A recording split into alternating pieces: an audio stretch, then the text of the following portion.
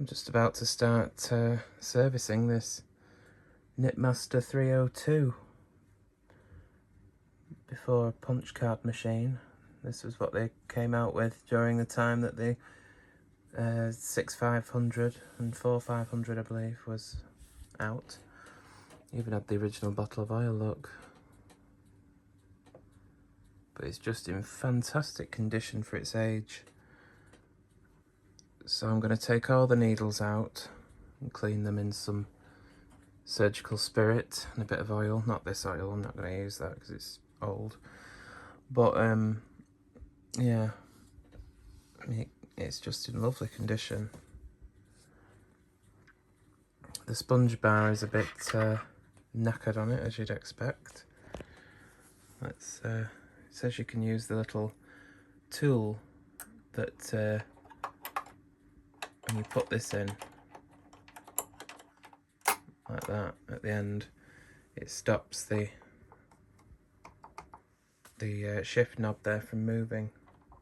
But when you take it out, you can see it moves. But anyway, you can use this other end of it to push the sponge bar out, it says in the manual. I've lost it now. Anyway, I think we're about there.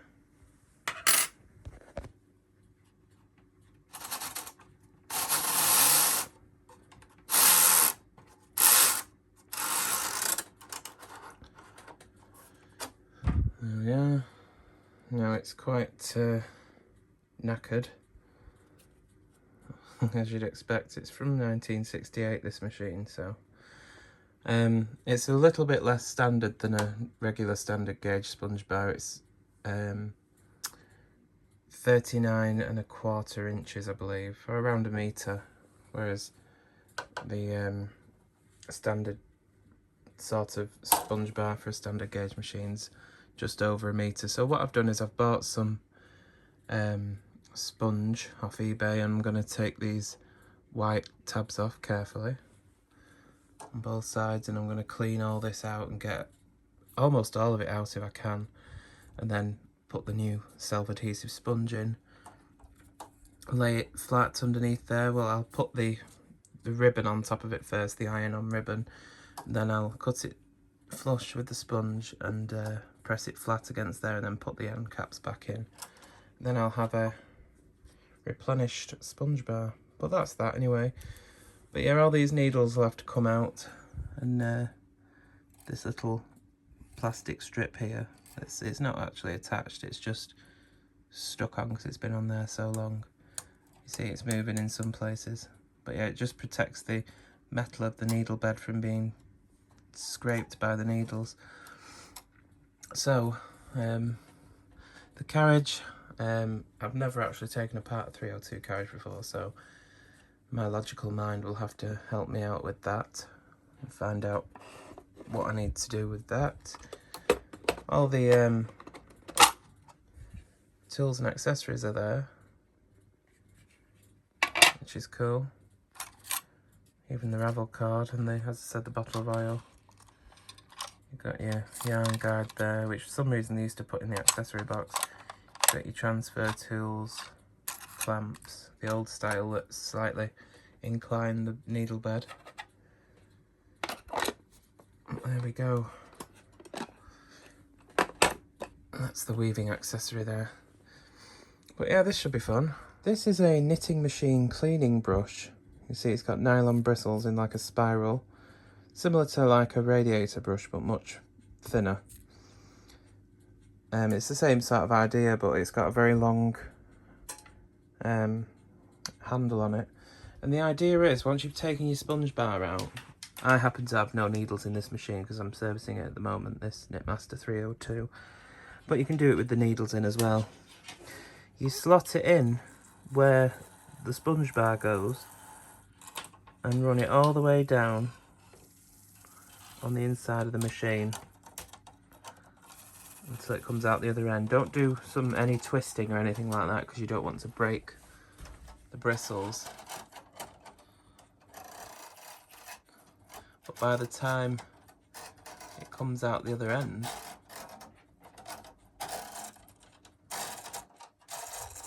And this machine hasn't been used an awful lot, so it's not too bad. But you can see it's picked up some lint. And you can do that as many times as necessary until the brush comes out clean. Just an easy, quick way to clean it out without having to dismantle the machine. So there we are, that's that. Okay, so currently I'm servicing this Knitmaster 302, and the first step was to take the sponge bar out and take all these needles out for cleaning. You can see I've got them in some Surgical Spirit here. It's half a litre of Surgical Spirit from Boots. So ideally, taking all the needles out when you're servicing the machine, you want to take the needle bed out of the casing, so it's just the bed here and you don't have all this in the back. But for most people that's not practical, so I just thought I'd give you a tip on how generally most people would do it. Is they would take the sponge bar out, bring the needles out to holding position, and then pull back and up to pull the needle out, and repeat that until you've got them all out.